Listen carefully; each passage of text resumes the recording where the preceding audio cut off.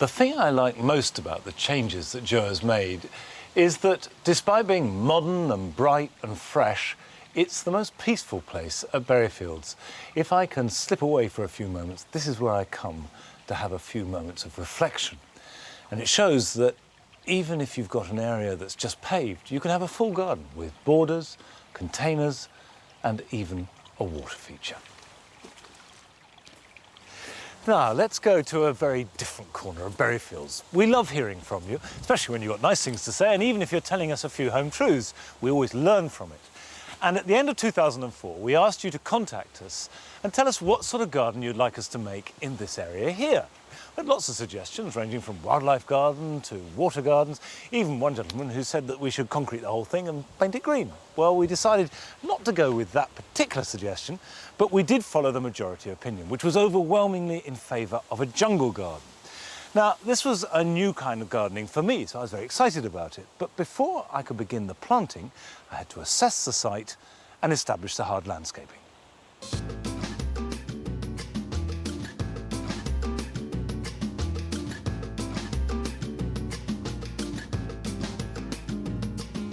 Now you can see that we've made the path kinky. Comes down here, turns left, and then turns right. We've also made it into blocks rather than a continuous surface. They're really rather like wooden rafts rising above the soil. Now the reason for that is it means that we can plant under it and particularly in between each raft. So as you go down the path, you have to turn, you see plants here and there, and push through them and step over them before you leave the garden. I've put in a couple of Philostachys bamboos. Now this one, Philostachys holochrysia, with its yellow canes, and behind it we've got the Philostachys nigra with these wonderful intense black canes, and immediately we've got a dramatic jungly effect. But the beauty of Philostachys is that they don't grow incredibly rampant. And there are a few bamboos that will be too rampant for this sort of garden. Now we've got a sasa here, and sasas do have runners, and they have been known to push through the walls of a plastic container. But if you plant it in a pot in the ground, or if you've got an old metal bucket, you can knock the bottom out and then sink it in that, just like you do mint in a herb garden. Now, Trachycarpus will grow in almost any position. It's hardy almost anywhere in the British Isles. Although it likes moisture, I'm also going to give it a little bit of extra grit, and I'm putting it right in the front to get a dramatic statement as you enter the garden. And it doesn't matter that it's so close to the corner of the garden, because Trachycarpus likes its roots constricted. So if you've only got a little space, as long as there's room to dig out a hole big enough to fit the size of the pot, it'll grow fine. Now, as well as bamboos and palms, I think a jungle garden has got to have a tree fern or two. It would cost what? About 150 quid, that. Okay. And also, they're the most reliable of the tree ferns, which is absolutely key. You know, if you're going to fork out a lot of money, they're the easiest to maintain. When you're doing this sort of thing, do you need to invest more than one? Do you need to spread your money across more than one plot? You don't have to, but if you're just purely creating a garden like this, a jungle garden, Try it in here. you know, it's worth the investment, I think. Let's have a look at that. Let's see those together. See, it does immediately transform it. Yeah. It looks fantastic. Yeah, it's nice, isn't it? I like the way it's near the path. You're going to brush past it all the front. I've actually made a decision which we're going to have. Both. You've completely persuaded me. I'll dig a hole. Planting a tree fern is very simple. They don't need a hole any bigger than the pot that they came in. Add a little leaf mould to the bottom or garden compost, which will help out with the drainage. And finally, make sure your hole is deep enough and firm it in really well so that the plant is absolutely secure, because they're very top heavy and can blow over in strong winds. Do you know, that's the most exciting plant I've ever put in. You know, just for instant effect. Small to have some water in it. And what we're doing is making a little pond, if you like, or water container in between these pieces of decking. And we've recycled the containers that we used for our Christmas courtyard garden. We put mastic in the bottom to fill up the drainage holes, painted them black so they'll reflect the light better, they'll bring moisture into the garden, they'll attract insect life and hopefully some toads and frogs, and also we can plant them up. Obviously, you're not going to have running water in it, you're not going to have the range of plants. But the beauty is, if you think it's getting a bit stagnant, scoop some out, add some rainwater. It's very simple, isn't it? The easiest pond in the world. It is, really.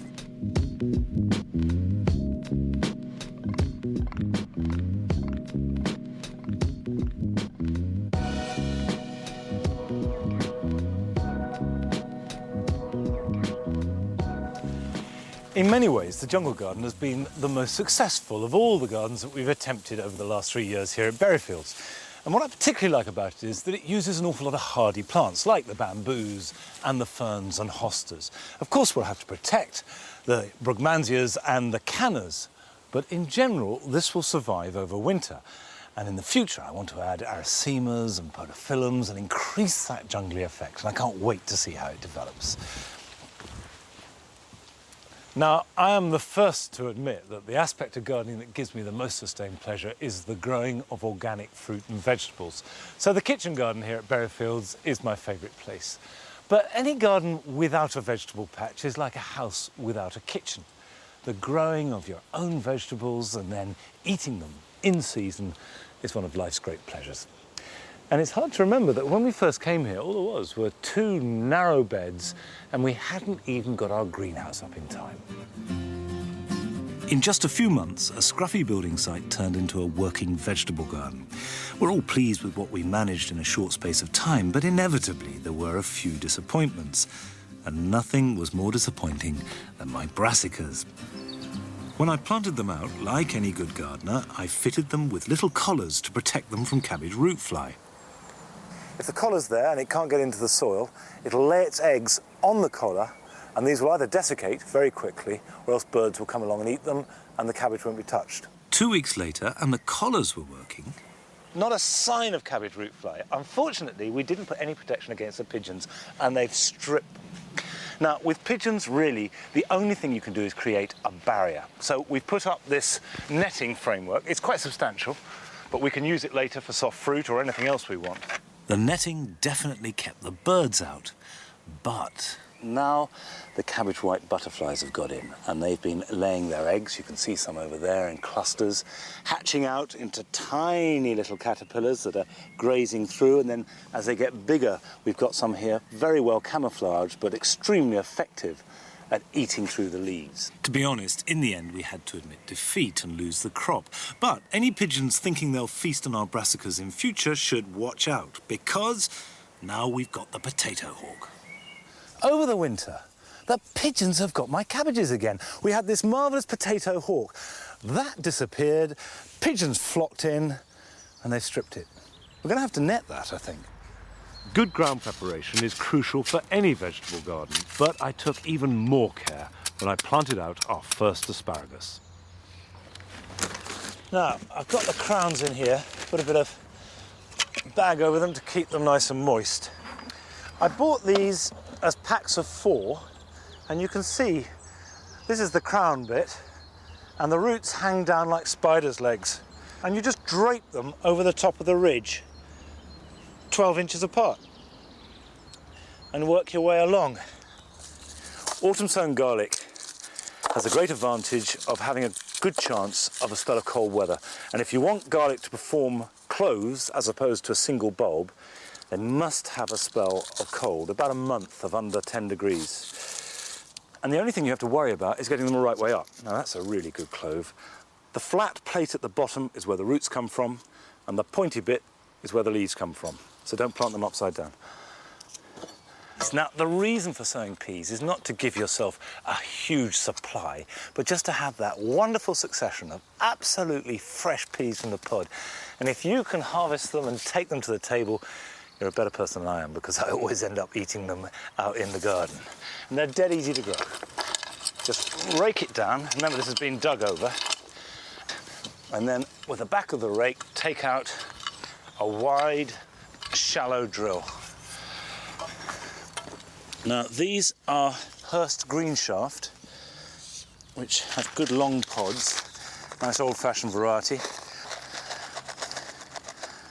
And everybody's got their own different technique, but I just simply place them in a grid, about 4 inches apart, like that. Now, for planting leeks, this is the tool you need. It's a dibber. If you ever break a spade or a fork, don't throw away the handle, because they're perfect for making a dibber.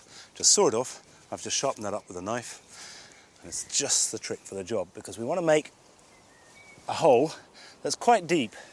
And I've dug this over and then firmed it because we don't want it too loose. Spiral that into the hole like that. Because we've transplanted it and it's lost some roots, I'm going to cut back the top so that there's less demand on it until it starts to grow. And then, importantly, we don't backfill with soil. Just fill it up with water. And just fill it up like that. And that will wash the roots down into the soil and also bring soil around them. Do that once a week, and gradually the leek will grow out to fill that hole. So you get a blanched, tender, decent-sized leek. Courgettes like plenty of richness and moisture, and that applies to pumpkins, squashes, courgettes, and cucumbers if you grow them outside. So 3 in that space are plenty, because they will spread and spread, and we're going to have to cut them back anyway. I shall excavate a really good hole and then supplement the soil with some nice compost from our compost heap. Now put a little bit of soil back over the top of that.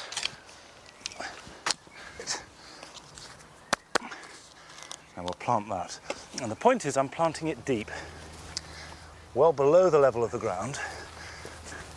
Now the soil I've taken out, I'm going to work into a sort of natural saucer, so that when we water it, which I intend to do at least once a week, it'll have a real soak, and that's the way we'll get a healthy plant with lots of those delicious young courgettes. I've drawn out 3 trenches and just popped the potatoes in the ground with the sprouts facing up. Now, recent research has shown that it doesn't terribly matter what size the potato is or even how many sprouts there are, but I just rub ones that are facing downwards off, and I'm spacing them about a foot apart. And as far as spacing goes, just think what you want to use them for. If they're new potatoes and you like them small, put them closer together. If you want great big baking potatoes, put them further apart. And the soil has been very heavily manured, which potatoes respond well to, partly for the feed and also because the manure holds moisture. Okay, now I've got them in the ground, all I have to do is get a nice cosy duvet over the top of them.